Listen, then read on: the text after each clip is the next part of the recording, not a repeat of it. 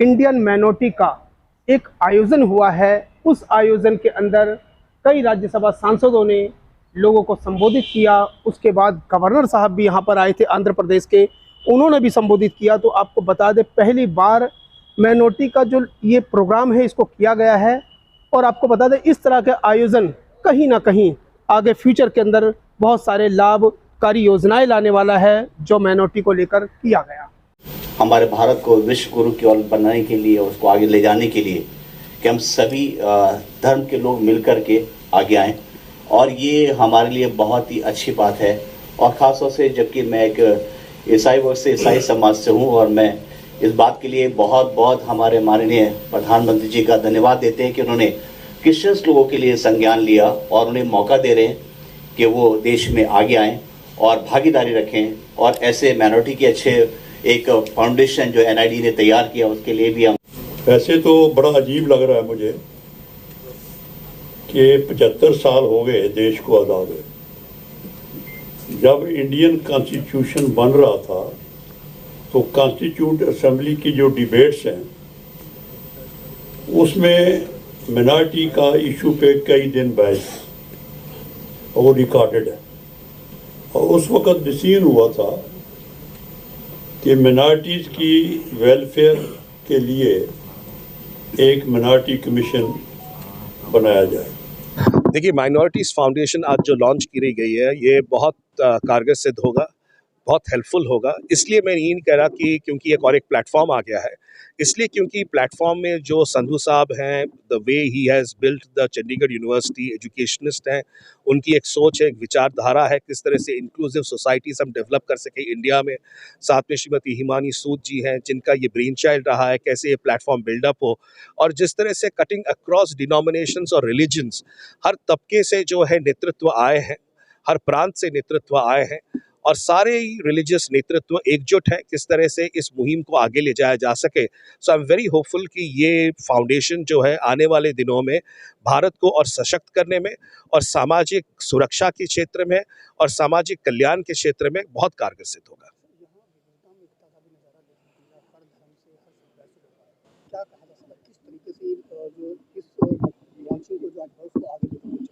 Definitely जिस तरह से जो कहते हैं यूनिटी इन डाइवर्सिटी, वो डाइवर्सिटी हमें देखने को मिलता है। हर समुदाय से लोग हैं, यहाँ मुस्लिम समुदाय से लोग हैं, क्रिश्चियन समुदाय से हैं, सिख समुदाय से हैं, बुद्धिस्ट समुदाय से हैं, जैन समुदाय से हैं। तो इससे एक चीज़ स्पष्ट होता है कि सारे समुदाय एक साथ हैं, एकजुट है कि ये फाउंडेशन के माध्यम से कैसे हम लोग मेन स्ट्रीम कर सकते हैं माइनॉरिटीज़ की थॉट को, और एक वातावरण सृष्टि करी जाए जिससे कि भारतवर्ष में जो कई बार जो है कुछ सोच आती है कि शायद अस्थिरता है, ऐसा नहीं है। सब एकजुट है, सब साथ में है, और हम देश का विकास चाहते हैं। कोई भी तबके का हो, कोई भी धर्म का हो, हम सब एक है, ये वार्ता देती है। Thank you. एक यूनिवर्सिटी के वाइस चांसलर या चांसलर ने अपनी जिम्मेदारी समझते हुए, और मैडम सूद ने और हमारे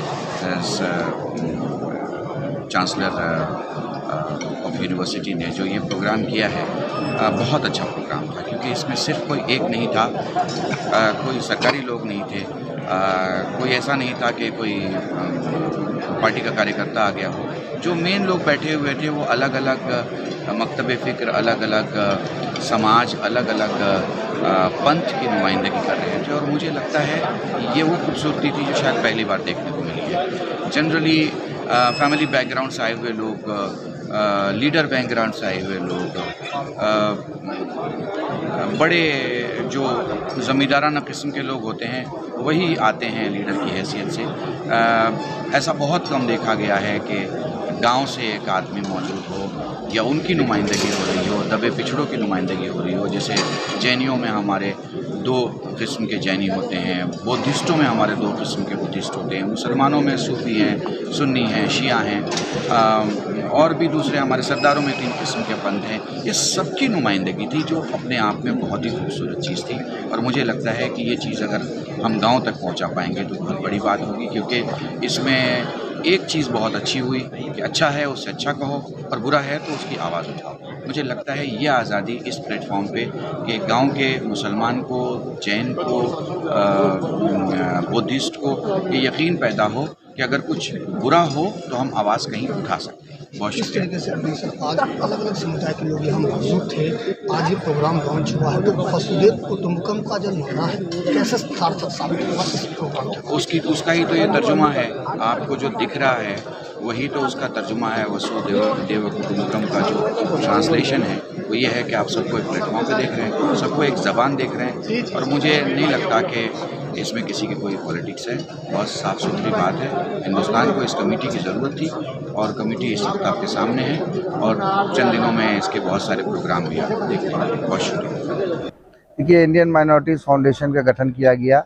सतनाम सिंह संधू जी जो NID फाउंडेशन से हैं, उन्होंने देश के अल्पसंख्यक समाज को देश की मुख्य धारा में जोड़ने के लिए एक अच्छा प्रयास किया है। इसमें सारे माइनॉरिटीज़ जो देश के हैं उनके जो प्रमुख संगठन हैं शामिल हुए हैं। सूफी खानका एसोसिएशन राष्ट्रवादी विचारधारा का संगठन है, और चरमपंथी संगठन PFI को प्रतिबंधित कराने में हमारे संगठन की बड़ी भूमिका रही थी।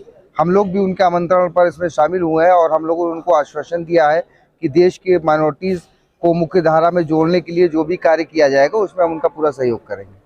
क्या लगता है जो ये आज फाउंडेशन का जो गठन किया गया है ये काफ़ी पहले हो जाना चाहिए था, लेकिन इतनी देर क्यों?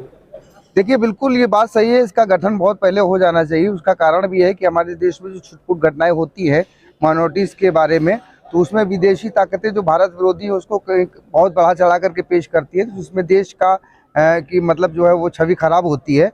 तो इस तरीके के संगठन, इस तरीके के प्लेटफॉर्म जब गठित होंगे तो निश्चित रूप से विदेशों में भारत की जो छवि खराब की जा रही है उसको करारा झटका लगेगा, और ये कार्य बहुत पहले होना चाहिए, लेकिन फिर भी देर आए दुरुस्त आए।